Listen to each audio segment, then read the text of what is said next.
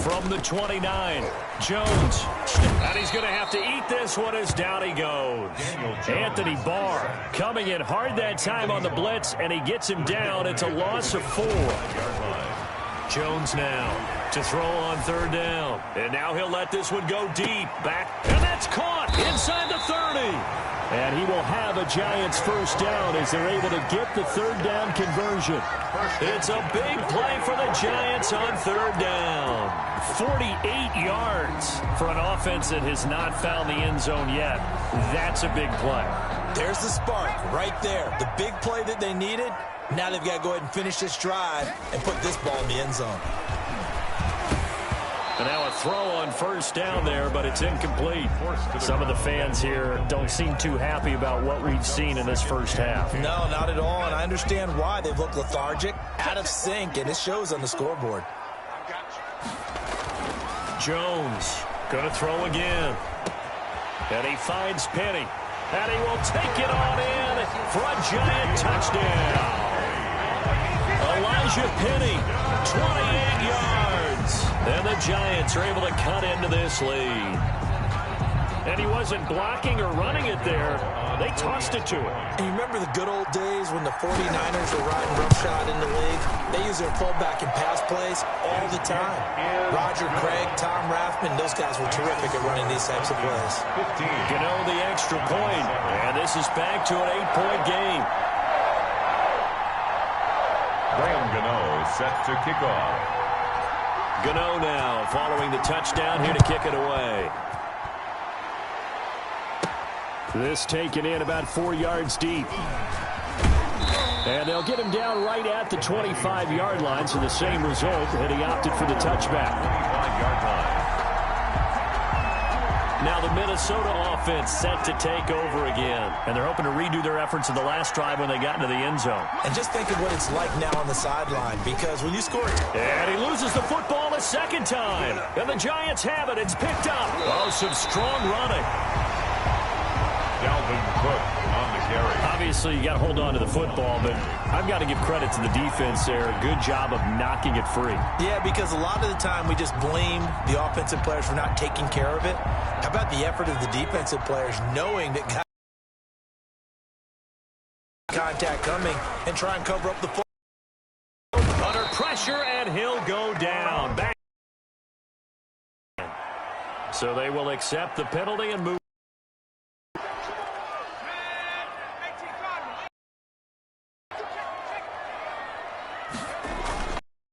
Play fake here on 1st down. Dancing to his left. Toward the end zone, but that's going to wind up. And to put it mildly, this is a tough spot defensively. They have to come right back out and defend their red zone. But how about that good first step? Settle for at least 3 points. I think they're also thinking bigger right now. Imagine being able to stop them totally. And he rifles one that's intercepted. Picked off by the linebacker, and Eric Kent. This one back to the 20. Charles, not only is that an interception, it's one when you were really knocking on the door for a touchdown inside the red zone. You're actually thinking points no matter what. At worst, you're thinking kicking a field goal and getting 3. We might look back on this in the second half and say, you remember when they didn't get points on that drive? This could cost them. And he'll be out of bounds just shy of the 40. Boy, he ran free there after the catch as that winds up going for 38. But one thing's for sure, they're going to have to come up with something at halftime because he is absolutely roasting them right now. They're going to go through the whole litany of things, changing coverages, what are we going to do to put a man on him? The big thing to me is treat it like a good pitcher treats pitching a game. Change your timing, change your location. So sometimes you're up on him, sometimes you're back. Just change up the looks that he sees and make him just a little bit more hesitant. 3 yards on that last carry. Here's 2nd and 7. Now Cousins. And that'll be incomplete. They were looking for Johnson that time. And it's 3rd down. Receiver coaches preach to their guys all the time. Separation, that's what's going to make the play successful. That time there was very little, and I think they were actually fortunate that it was only knocked away and not intercepted.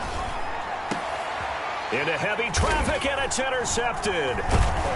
Picked off at the 20, and his guys are going to get the football at the 23-yard line.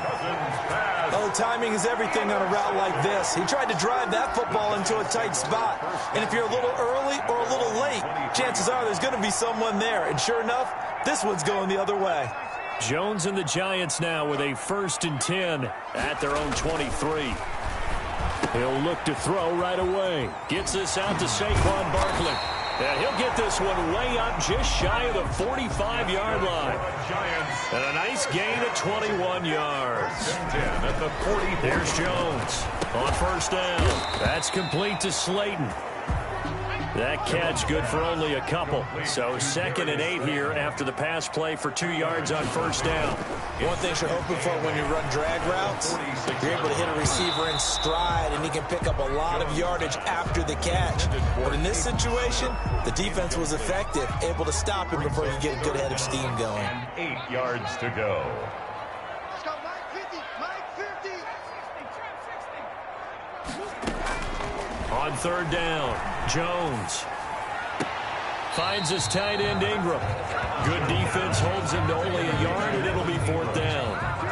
He steps out of one of the money routes for any offense, the drag route. So tough to defend because the receiver can stop at any point and make himself available to the quarterback and get a completion.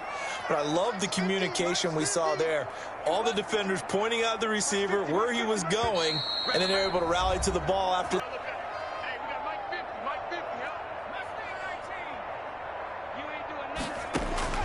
They're going to try and throw. It's caught. Shepard. And he is brought down, but not before reaching the 30. Not often do 4th down conversions result in 23 yards, but that's the case here. 1st down.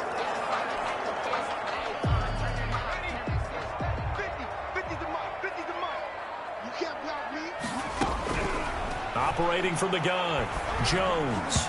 And nowhere to fit that football in. It's knocked away and incomplete. Coverage there by the safety, Harrison Smith. It certainly didn't appear that that's where he wanted to go with the ball initially, so he tried to get something out of it by dumping it off to his running back unsuccessfully. And he stopped immediately there. Back-to-back stops make it 3rd and 10. At the line of scrimmage. No gain on the play. It's 3rd and 10. Now Jones. This is caught, and he will take it on in for a Giant touchdown. Evan Ingram, 30 yards. And the Giants are a 2-point conversion away from tying this football game. CD for them. This has just been an offensive explosion here in the 2nd quarter. Yeah, held scoreless in the 1st quarter. Now they find the end zone again here in the 2nd. Sometimes you just have to have some patience. A lot of people think it's always an adjustment. You have to change what you're doing. Sometimes you just have to do your game plan just a little bit better. And I think that's part of what we're seeing here. Gano now following the touchdown here to kick it away. Now K.J. Osborne. Now a crease here as he's past the 30. Up to midfield. The 40.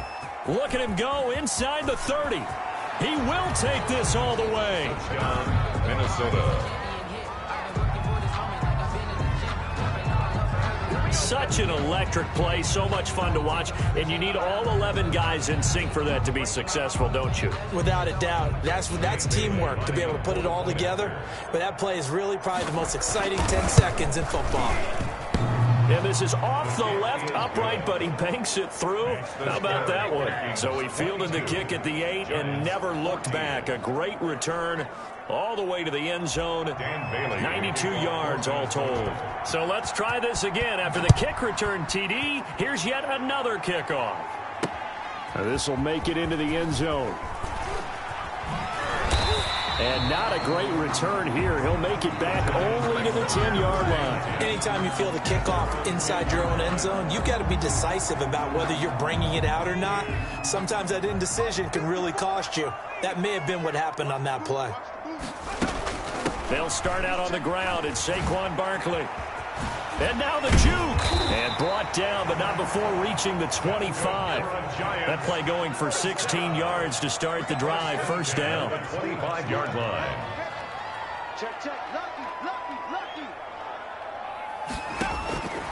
From the gun, Jones flushed out right. He'll try and run it.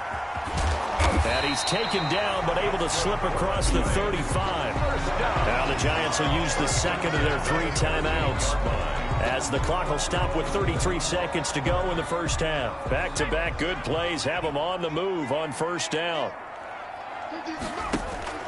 Off the play fake, Jones is going to let one fly for Tate, and that one will fall incomplete. Jones' pass. Clock here now just under 30 seconds to go in this first half. They work again from the 38 on 2nd and 10. Throwing again, Jones. He's going to let one fly for Tate.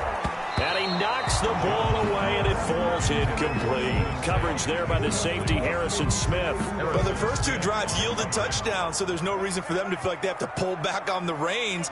They pushed it downfield, looking for another one right there. Didn't get it, but we know they're going to continue to be bold. Right there on the coverage to knock that ball away was Mike Hughes. As a defensive back, you have some weapons at your disposal that we don't often talk about, and you can read the receiver's eyes, you can read his hands, and you know that the arrival of the ball is imminent, and that allows you to make a play on it and oftentimes knock it away. Throw left side, complete to Ingram. And out of bounds on the other side of midfield at the 45. That one good for 17 yards on 4th. Couldn't ask for much more from your offense there. First down.